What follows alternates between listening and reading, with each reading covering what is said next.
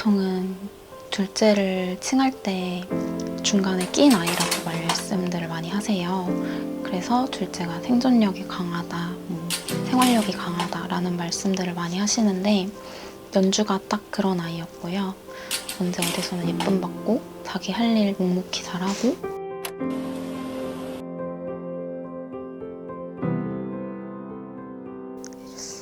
우선 저는 지난 22년 10월 29일 12구 참사로 22살 여동생을 잃은 언니 유정입니다. 동생 이름은 유연주이고요. 저희 집은 1남 3녀의 4남매인 6가족이고요. 그 중에서 둘째로 태어났고 언니인 저랑은 4살 차이가 나지만 자라면서 어느 형제들이나 남매들이나 그렇듯이 자주 싸우기도 하고 친하게도 지내고 하면서 자랐습니다. 10월 29일 밤 11시 30분 넘어서 집에서 TV를 보고 계시던 엄마 아빠가 뉴스 속보 자막으로 이태원에서 다수의 CPR 환자가 발생했고 현장에서 응급조치 중이다라는 자막을 보시고 바로 집에서 가까운 지하철역으로 달려가셨어요. 이미 막차 시간이 지나서 이태원역 쪽으로 가는 지하철 방향으로 뛰어가시면서 택시를 잡으시려고 저희 동생이 응급실에 있으니까 빨리 가봐야 될 것 같다라는 학교 기숙사에서 전화가 왔고 제가 뒤늦게 전화를 받고 부모님이 계신 그 도로로 갔을 때는 이미 어머니께서 쓰러지기 직전이셨고 아빠가 차도에 그냥 뛰어드셔서 아무 택시나 잡으셨어요.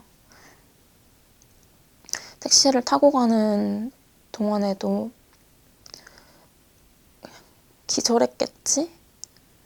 아닐 거야 라고 생각하면서 갔는데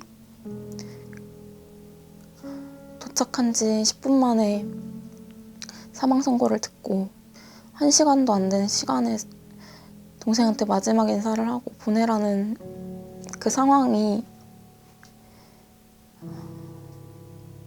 저희 가족을 더 힘들게 하고 아프게 하더라고요. 동생을 안치시키고 장례하기까지의 과정도 순탄하지가 않았고요.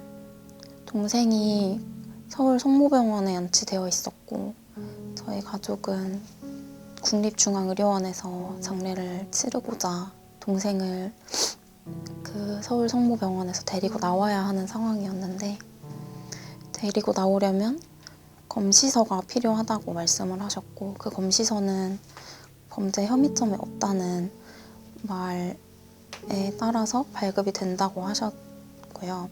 그래서 그 서류를 받기 위해서 저희는 연주가 안치되었던 병원의 관할 경찰서인 서초경찰서에 가서 유족 진술서라는 걸 작성을 하고 그 유족 진술서가 검사분께 넘어간 다음에 그 검사분께서 발급해 주신 그 검시서를 들고 장례식장을 잡을 수가 있었고 그때 연주를 옮길 수 있었습니다. 이 옷이 원래 제 옷인데 그날 동생이 빌려달라고 해서 입고 나왔거든요. 입고 나갔는데 제 동생은 돌아오지 못하고 옷이 많이 더럽혀져서 연주가 마지막에 그 가는 순간이 너무 힘들었겠다 이런 생각이 들어서 모습 볼 때마다 힘든 것 같아요. 연주가 학교 다니면서 공부를 정말 열심히 했어요. 사실 공부뿐만 아니라 학교 동아리 활동, 학생회 활동 등등 학교 내에서 할 수 있는 모든 활동들을 다 열심히 참여했고 연주가 장난기도 많아서 같이 있으면 되게 재밌고 즐겁거든요. 친구들 사이에서도 남 눈치 보지 않고 옳은 건 옳다, 아닌 건 아니다 라고 말을 해줬기 때문에 연주 말이라면 친구들도 잘 믿고 따라왔던 것 같고 그래서 친구들도 그 빈자리를 더 크게 느끼는 것 같아요. 경찰관을 꿈꿨던 아이였습니다. 정의롭고 똑부러지는 성격이었고요. 예를 들어서 불량한 학생들이 어르신들께 대드는 모습을 봤다거나 우연히 그런 모습을 봤다고 하더라도 그냥 지나치지 않고 그곳에서 옳은 소리, 바른 말을 할 줄 아는 그런 똑부러지는 아이였습니다.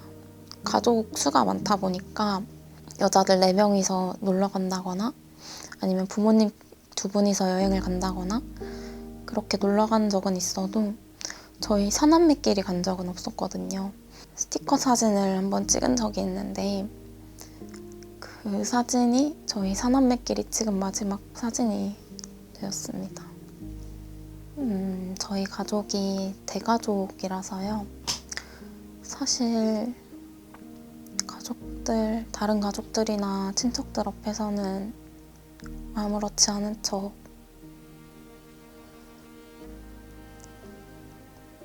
그렇게 넘겼지만 연주가 좋아했던 고기나 다른 음식들을 보면서 연주 생각이 어쩔 수 없이 많이 나고 아직도 믿기지 않고요. 연주가 아직도 기숙사에 있는 것 같고 원래 살아있었다면 12월부터는 다시 집으로 돌아와서 생활을 하기로 했었는데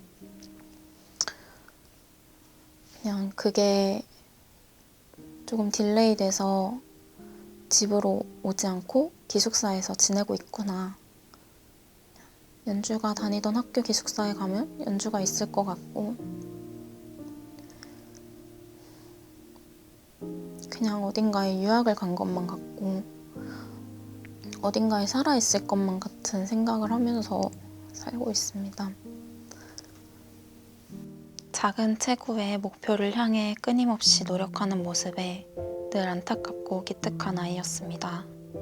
활동력이 강하여 잠시도 시간을 허투루 보내는 적이 없었고 항상 새벽 2시, 3시까지 공부하던 모습에 지금도 가끔 책상에 가봅니다. 때론 힘들고 지칠 때 아빠에게 넋두리하며 조언을 구할 때 그동안의 노력이 아까우니 조금만 더 힘내보자며 다독여주면 활짝 웃는 모습으로 결과물을 가지고 와 아빠 해냈어 하며 기뻐하던 아이. 오늘은 아빠 찬스라며 먹고 싶은 거 사달라며 맛있게 먹던 모습. 힘드니 알바 좀 줄이고 공부에 집중하라던 아빠 말에 아빠 이것도 경험인데 많은 경험을 쌓고 싶고 제가 목표한 게 있어요 라며 아빠를 달래던 천사. 연주는 제가 이루지 못한 꿈이자 소망을 이뤄주는 딸이었습니다. 해줄 수만 있다면 내가 대신 해줄 텐데 라고 되뇌이며 찢어지는 가슴으로 이제 하느님 곁으로 간 연주. 아빠로서 더 해줄 수 없는 안타까움이 하루하루 더해갑니다. 당연히 됐어야만 할 진상조사와 후속 조치들이 답답하고 연주에게 미안한 마음뿐입니다.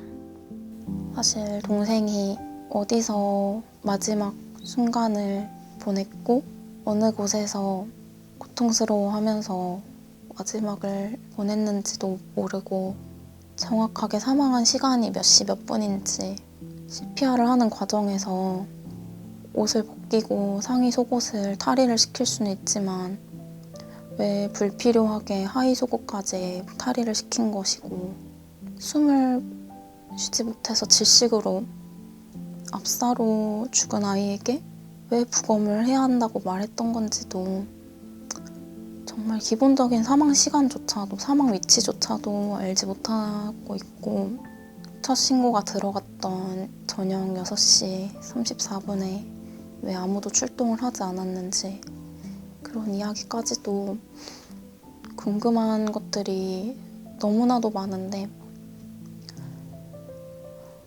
하나도 다 해결이 되지 않은 상태입니다.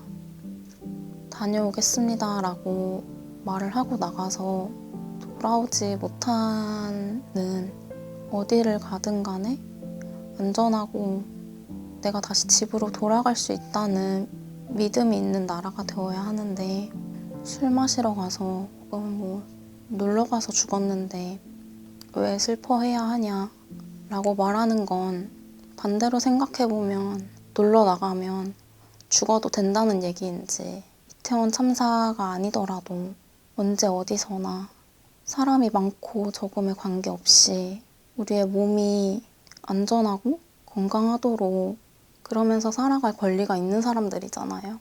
그런데 그 헌법에 명시된 기본권조차 보장이 되지 않는 삶을 대한민국 국민으로서 그걸 보장받고 있는 건지, 그 기본권을 보장받고 있지 못한다면 과연 국가가 하는 일이 뭔지 저로서는 이해할 수가 없고, 그런 부분들이 많이 답답합니다.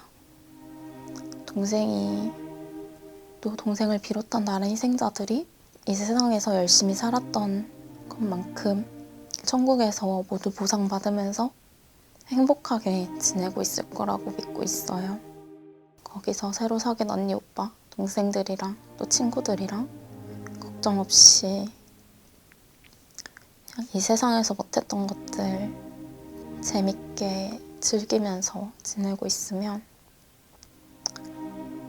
나중에 꼭 다시 만나자고 그렇게 말하고 싶어요.